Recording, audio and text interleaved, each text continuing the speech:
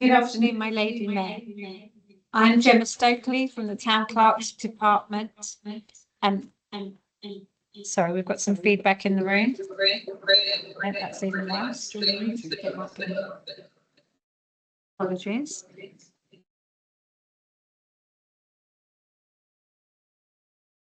Is that any better? It's moved from one to the other. Apologies. Good afternoon, my lady mayor. As you're aware, a recording of this public meeting will be available on the City Corporation's YouTube channel following the meeting, where it shall be retained for up to 1 civic year. My lady mayor, I can confirm that this meeting is quorate and there is a court. Thank you, Gemma, and a very good afternoon, everyone, and welcome to any of you observing today's meeting online. Town Clerk. Thank you, Lady Mayor. Gallery doors to be open, please. Gallery doors to be open and the public to be admitted. The first question on the agenda is that the minutes of the court's last meeting held on the 14th of October 2025 are correctly recorded. That is to agree. On the contrary, the Lady Mayor declares the motion to be carried. The minutes of the Court of the Common Council are upon the table, my Lady Mayor. At item 2, Alderman Sir Andrew Parley. My Lady Mayor, I move that the members of this court take great pleasure in expressing to the late Lord Mayor Alistair John Naismith King, EL, their gratitude and appreciation for the distinguished manner in which he served as Lord Mayor of the City of London during the past year. His mayoral theme, Growth Unleashed, focused on driving growth by celebrating the successes of diverse communities within the square mile, encouraging the adoption of technologies that provide London with a competitive advantage, and challenging industry to maximise opportunities through responsible risk-taking. Alistair achieved particular success through his tireless work to transform the UK's pension investment culture, championing a value for money approach that prioritises long-term returns for savers. Through the Mansion House Accord, an extra £50 billion of investment for UK businesses and major infrastructure projects is set to be unlocked, and his corresponding success through the Employer Pension Pledge, signed by the Chancellor in July, commits over 20 of the UK's largest employers to pledge to prioritise retirement outcomes for their workforce rather than focusing solely on cost reduction when selecting or reviewing pension providers. Throughout his year of office, the Lord Mayor undertook an extensive programme of international visits, travelling to over 20 countries and maintaining enthusiasm and good humour throughout. These included visits to Australia, India, China, North America, Japan, the Gulf and Southeast Asia. Notable highlights include hosting visiting dignitaries and officials, such as the state visit by the President of the French Republic in July, celebrating ties between the UK and France and encouraging stronger collaboration on financial services, and of course hosting the Emir of Qatar at Mansion House during his state visit. Perhaps unsurprisingly, given his Scottish heritage, Alistair also made promoting investment into Scotland a personal priority, including through his co-hosting of Scotland's Global Investment Summit with Scottish Financial Enterprise in October, supported by both the UK and Scottish governments. And the Lord Mayor also demonstrated strong support for the defence sector and armed forces by leading a series of breakfast roundtables on funding the UK defence supply chain with financial and professional services firms. In thanking Alistair, his colleagues on the court also wish to express their gratitude to Florence, the then Lady Mayoress, for her enthusiastic support throughout the year, particularly through her championing of the Armed Forces Covenant. We also record our thanks to Corrie Lee who often acted as representative Lady Mayoress through the year. In taking their leave of Alistair, their 696th Lord Mayor, members unite in thanking him for all that has been accomplished in his year and send best wishes to him, to Florence, for their future good health and happiness. My Lady Mayor. Thank you, Sir Andrew. Is the motion seconded? Alderman Sir Vincent Keating. My Lady Mayor, I am very happy to second the motion. That then, members, is to agree. Or, on the contrary, the Lady Mayor declares the motion to be carried unanimously. At item 3, there are no resolutions. At item 4, the Bridge Masters to make the prescribed declaration of office.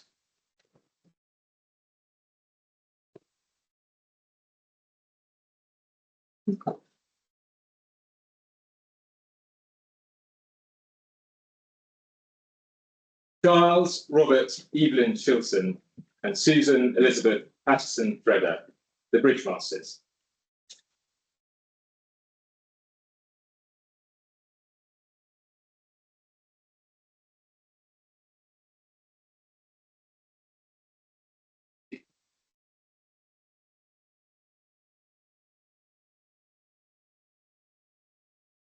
I, Giles Robert Evelyn Shilson, do solemnly, sincerely and truly declare that I will faithfully perform the duties of the office of Bridge Master of the City of London.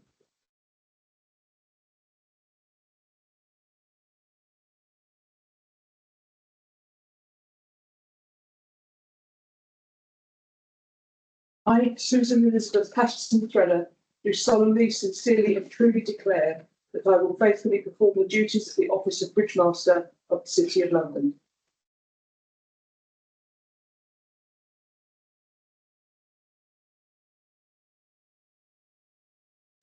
Congratulations on your reappointment. Thank you very much.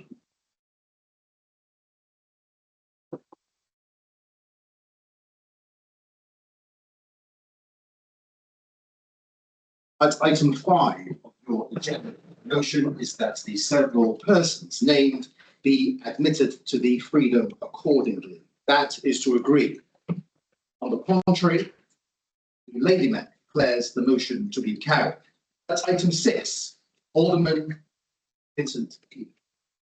My Lady Mayor, Aldermen, there are a number of matters that we have considered and approved at the meeting of your General Purposes Committee of Aldermen earlier this morning, which now require the formal approval of this Honourable Court. I shall summarise and put each in turn. Firstly, your General Purposes Committee considered a report of the Town Clerk entitled "The Governance of the Court of Aldermen and a Strategic Reset for a Modern Mayoralty" at their meeting on 16th September 2025. Appended to the report, among other things, were new draft standing orders for the Court of Aldermen, together with additional guidance on the pre- and post-mayoral election period, and proposed terms of reference for your General Purposes Committee. Essentially, this exercise was aimed at updating outdated rules, correcting inconsistencies, and further clarifying and codifying existing processes to ensure the efficient running of the Court of Aldermen and its standing committees. Following initial discussion at the September meeting, a practical changes version of the standing orders was shared with all via email, such that all proposed changes were readily identifiable. All aldermen were then offered an opportunity for further comment. This further consultation exercise closed with just 2 comments received, both of which are now reflected within the final documentation. Given that no matters of concern or those required further debate were raised following extended consultation, the Town Clerk, in consultation with the Chairman and Deputy Chairman of the General Purposes Committee, have approved these as final delegated authority. Imminent standing orders of the Court of Aldermen, including the appended supporting guidance for immediate, pre- and post-mayoral periods, and the terms of reference of the General Purposes Committee, now require final formal approval from this Court, after which they will come into immediate force and will be made publicly available, replacing any past such versions. My Lady Mayor, all this I now submit to this Honourable Court approval. Thank you, Alderman Keaveney. That then is to agree, members. On the contrary, The Lady Mayor declares the motion to be carried. Back to the Deputy Chairman of the General Purposes Committee. My Lady Mayor, next, your General Purposes Committee considered a report inviting the Aldermen to consider accepting trusteeship of the Samuel Wilson Loan Charity contingent on a concurrent decision by the Policy and Resources Committee regarding resource allocation. This historic aldermanic charity provides business loans to disadvantaged young people aged 18 to 39 and is currently overseen by individual trustees, Chamberlain ex officio, and 5 aldermen. The most recent Corporate Charities Review again recommended transferring trusteeship to the City of London Corporation, acting by the Court of Aldermen, a proposal supported by the charity's trustees. If approved, a new subcommittee under the Court of Aldermen would be formed, mirroring the Emmanuel Hospital structure with aligned meetings and a proposed core group of aldermen serving across both subcommittees to enhance and reinforce understanding of charity trustee regulation and compliance obligations, as well as to otherwise improve efficiency and oversight. The General Purposes Committee were supportive of the proposals and now therefore recommend that this honourable court, subject to the concurrence of the Policy and Resources Committee regarding resource allocation, accept the transfer of trusteeship to the City of London Corporation, acting by the Court of Aldermen, Samuel Wilson Charity, appoint a subcommittee of the General Purposes Committee to undertake the management of the charity with wide discretion to consider and agree the governance and operational arrangements which should be adopted for the charity's effective administration, accountable always to the General Purposes Committee and ultimately the Court of Aldermen in its capacity as charity trustee of the Samuel Wilson Loan Charity, and agree that the governance of the new subcommittee be aligned to that of the Emmanuel Hospital subcommittee, and that a core group of aldermen should serve across both subcommittees. Thank you, Alderman Cleveney. That then is also to agree.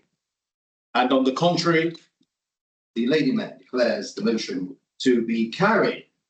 Back once more then to the Deputy Chairman of the General Purposes Committee.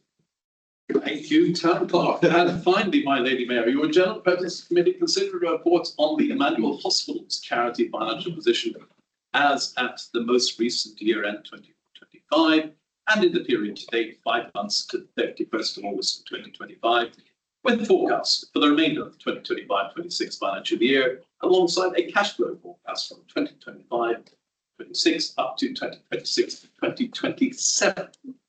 It is now recommended that the Court of Aldermen, acting collectively for the City of London Corporation as the charity trustee and only in the best interests of Emmanuel Hospital, 1, approve the contents of the financial update report and appendices. 2, approve the draft trustees' annual report and financial statements, which have now been independently examined, and direct that they be signed by the chairman of the Emmanuel Hospital Management Subcommittee and the Chamberlain under delegated authority. And 3, note the likely required drawdown from investments held to take place in April 2026. Thank you, Alderman Cleveney.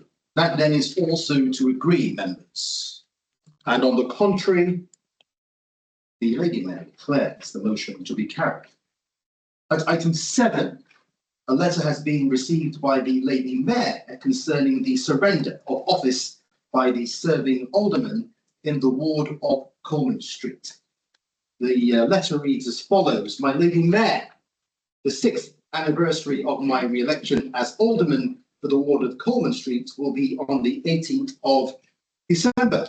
I am therefore writing to surrender the seals of my office as alderman for the ward of Coleman Street, noting that I will not be seeking re-election. I will remain an alderman until the day I die. When I reviewed the file this morning, that popped into my head. Let's try again. I will remain an alderman until the day before the wardmanship. I have had the honour and privilege of serving the ward of Coleman Street as its alderman since 2013 and the City of London as sheriff in 2016-17 and as Lord Mayor in 2018-19. May I take this opportunity to thank colleagues from across the corporation for their support over the past 12 years. It has been a particular pleasure to be a member of this honourable court. May I close by wishing my fellow aldermen and alderwomen and their successors every future success in championing this great city of London. Yours sincerely, Sir Peter Estlin. Alderman Sir Andrew Palmer. I move that this court, taking into consideration the request of Alderman Sir Peter Estlin, doth agree to accept his surrender of the office of Alderman of the ward of Coleman Street to take effect as provided for by Section 4 of the Act of Common Council of 1960, as amended, and requests the Right Honourable the Lady Mayor to hold a ward vote in due course for the election of an able and sufficient person to be an alderman thereof. I so move, my Lady Mayor. Thank you, Sir Andrew. Is the motion seconded? Alderman Keane. My Lady Mayor, I rise to second motion. Thank you, Alderman. That then is to agree, members. And on the contrary, the Lady Mayor declares the motion to be carried. My Lady Mayor, that then is all the business of the court of which I am aware. Mr. Remembrancer. My Lady Mayor, this is the business of the Court of Hustings, and therefore I ask that the Court of Aldermen resolve itself into that court for the purpose of the deposit of a deed. The deed concerned is for the appointment of Gary Langley to be Deputy Gauger during the period of your mayoralty, my Lady Mayor, and to exercise such functions as are assigned to that office. I therefore ask that the deed be deposited in the court's records. My Lady Mayor. Thank you. Well, I think all that is left to do is to wish you all a very happy Christmas and a happy New Year. And to those observing online, happy Christmas and New Year too. Thank you. My Lady Mayor, before you leave, it does sound somewhat incestuous to have a deputy gauger to you are so closely allied. And I don't know if you know this, but you are actually the gauger. He's deputy, so it's dirtier to have leather. Thank you for your good wishes. The court and the officers present reciprocate. We hope that you have a very pleasant Christmas time and a very good rest because you've got a grueling 10.5 months ahead. I am realising. Lady Mayor.